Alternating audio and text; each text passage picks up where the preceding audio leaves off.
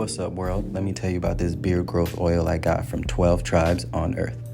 8 ounces of oily goodness with a nozzle that prevents sprays and spills, and soft ingredients that make it perfect addition to anyone's morning routine. From coconut to castor, all these oils are hand chosen. After using this herbal blend, the biggest thing I noticed is how soft and how strong my hair was, and how good I feel. Pick up your bottle today and make your beard the star of the show.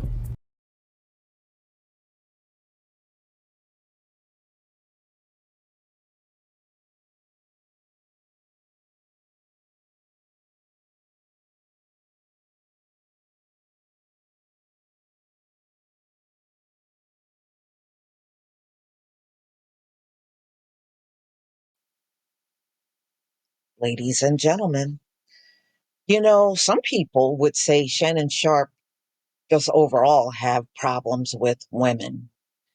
And it's all coming back to haunt him. Apparently, he was arrested twice before in the past, and both incidents were with women, two different women.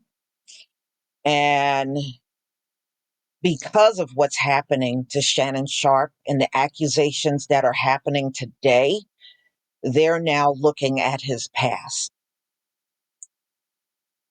So they have found that Shannon Sharpe was charged with battery both in 1995 and 2004. Mm-mm-mm. In one incident, Sharpe got into an altercation with a woman at his Atlanta home, January 1995. A police spokesperson said at the time they both got arrested because they hit each other. As a result, both Sharpe and the woman, they were charged with simple battery. The woman was also charged with destruction of property after she allegedly broke some glasses and things, according to the spokesperson. Less than a decade later, the former first take star, found himself facing similar charges stemming from an incident with yet another woman inside his Atlanta home. A Fulton County clerk confirmed that Shannon Sharpe was charged with simple battery on July 22nd, 2004. The woman claimed Sharpe lifted her up to physically remove her from his home. The alleged incident occurred in June, and the woman reported it to the police 2 weeks later. Now, the incident in 2004, I believe that is a woman that is a mother to one of his children. Mm, always do this, don't they? So he reportedly turned himself in and he was thrown in jail, but posted a $1,000 bond less than 24 hours later. His attorney at the time claimed Sharpe very appropriately and lawfully simply picked her up and gently put her outside of his home.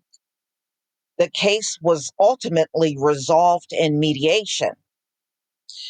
An Atlanta court clerk said they believe both cases since then, have been expunged. You know, oh well. So his record, if it was expunged, then his record would be clean. So Sharpe's lawyer said it should be of no surprise that when someone famous is in the news, all sorts of people crawl out of the woodwork to share their connection to that person in an attempt to profit from the alleged relationship. In many cases, those stories or accusations are nothing more than old news, fanciful exaggerations, or sometimes blatant misrepresentations of facts. They are shared on social media or fed to reporters with intentional factual omission or no regard for the truth. This is obviously purposeful, designed to create a fabricated narrative. So Sharp has denied the allegations, and the case remains, the case that's going on now is ongoing, the one he's facing right now. So we know he stepped down from ESPN this past Thursday, stating that he has plans to return at the start of the NFL preseason. Okay, so he didn't get fired.